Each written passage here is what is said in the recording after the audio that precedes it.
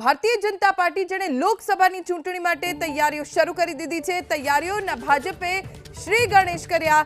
ગણતરીની મિનિટોમાં જેપી નડ્ડા ગાંધીનગર લોકસભા કાર્યાલય ખાતે પહોંચશે।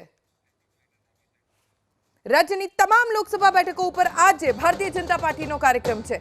તમામ લોકસભા બેઠકો ઉપર મધ્યસ્થ કાર્યાલયના ઉદ્ઘાટનનો આ કાર્યક્રમ અને એક સાથે તમામ લોકસભા બેઠક ઉપર મધ્યસ્થ કાર્યાલયનું ઉદ્ઘાટન થશે।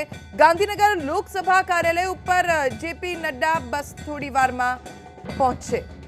સીઆર પાટીલ ભૂપેન્દ્ર પટેલની ઉપસ્થિતિમાં જેપી નડ્ડા ગાંધીનગર લોકસભા મધ્યસ્થ કાર્યાલયનું ઉદ્ઘાટન કરશે અને એ સાથે જ રાજ્યની તમામ લોકસભા બેઠકો ઉપર ભારતીય જનતા પાર્ટીના લોકસભા કાર્યાલયનું ઉદ્ઘાટન। આ દ્રશ્યો આપ જોઈ શકો છો। ગાંધીનગર લોકસભા બેઠકનું મધ્યસ્થ કાર્યાલય જેપી નડ્ડાના હાથે ઉદ્ઘાટન થયું છે। તેમની સાથે મુખ્યમંત્રી ભૂપેન્દ્રભાઈ પટેલ પણ ઉપસ્થિત છે। ભાજપના અધ્યક્ષ સીઆર પાટીલની પણ હાજરી છે। एबीपी अस्मितानी स्क्रीन पर एक्सक्लूसिव दृश्य आप જોઈ શકો છો।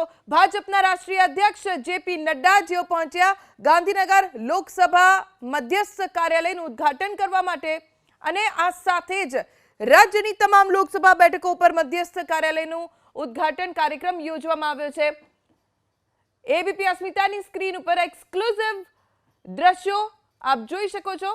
જેપી નડ્ડાની સાથે मुख्यमंत्री भूपेन्द्र पटेल અને ભાજપના અધ્યક્ષ સીઆર પાટીલ હાજર છે।